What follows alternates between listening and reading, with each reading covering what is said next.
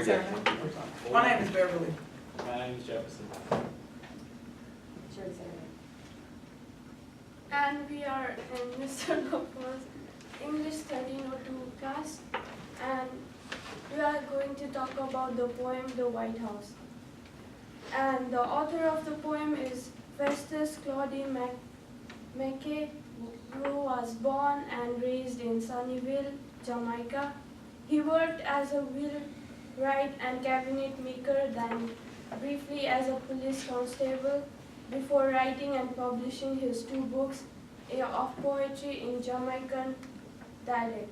In 1912, he immigrated to United States, where he attended Booker T. Washington's institution in Alabama and studied agricultural science at Kansas State College before entering to New York City. He was a key figure in the Harlem Renaissance, a prominent literary movement in 1920s. His work ranged from vernacular verse movement celebrating peasant lifestyle in Jamaica to poems challenging white authorities in America, and from generally straightforward tales of black life in both Jamaica and America to more philosophically ambitious fiction addressing intellectual duality, which Mackay found central to the black life effort to cope up with the racist society. He was educated by his older brother, who possessed a library of English novels, poetry, and scientific texts. Claude's The White House remains as one of the most scathing centers of the white middle class values in the Harlem Renaissance. Mackay expresses his thorough discontent with the United States segregation.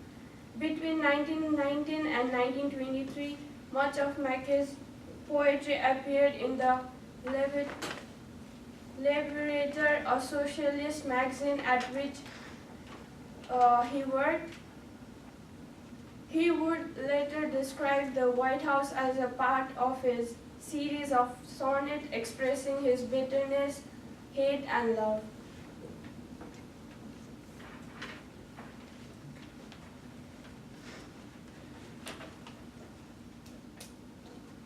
The White House by Claude Mackay. Your door is shut against my tightened face, and I am short with still discontent. But I possess the courage and the grace to bend my anger proudly and unbent.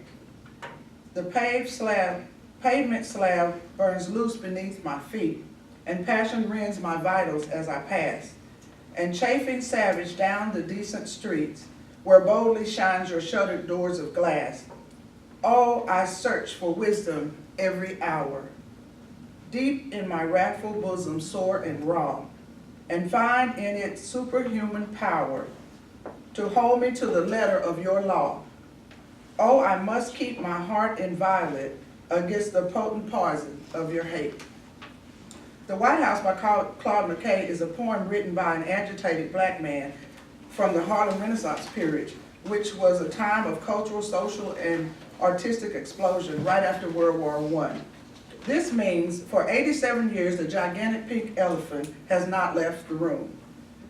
To properly address this writing, the poet Mackay makes it very clear that there is an imbalance on the scales of whites relating to blacks positively. When thinking of the color white, the symbolism symbolizes something fresh, crisp, and clean. But the irony in this writing is blatantly displayed in the bold expressions of how he feels as a black man being inundated by racism in a civilized nation like America. Being of Jamaican descent, the principles and standards in the United States are far from parallel to the customs of his native land, where the rituals are closely knitted, acceptance of all people with open-mindedness and celebratory attitudes is a norm.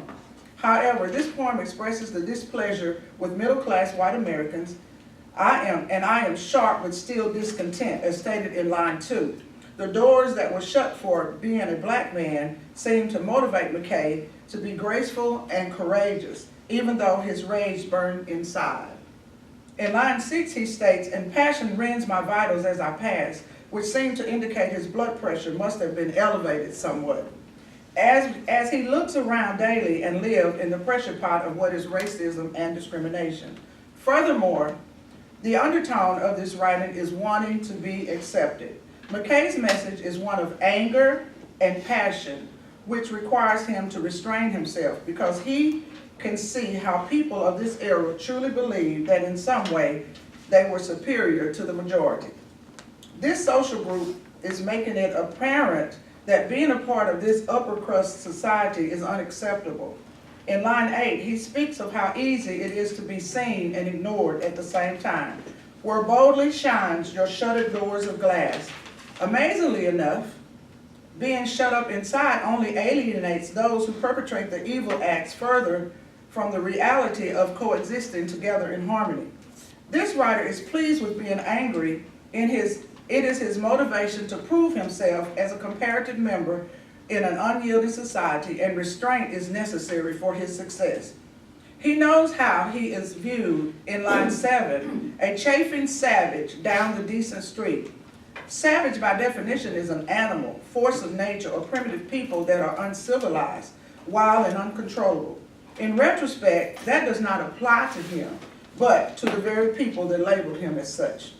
All the while, McKay had to look deep inside himself to find the wisdom he needed to survive in his composure. Survive and keep his composure, so he would not become the savage he was labeled to be from the pain he felt inside. He said in lines 9 through 11, "Oh, I must search for wisdom every hour, deep in my wrathful bosom, sore and raw, and find it in the superhuman power to hold me to the letter of your law." What McKay appears to detest more than anything is the hypocrisy and the expectations of the lawmakers. He has to follow the letter of the law, while lawmakers spread the potent poison of hatred toward his race of people. Racism and discrimination on any level is hurtful and destructive to both parties involved, while perfect love casts out all fear. In conclusion, McKay is saying to the White House, the people that are drugged with hate and contempt for anyone that does not look like them, to please restructure your modus of operandi, so that the only conclusion that is made in black and white is that we all bleed red. All right. The White House is a 14-line sonnet. It has 3 quatrains, 1 couplet. It has an end rhyme in every verse. Its rhyme scheme is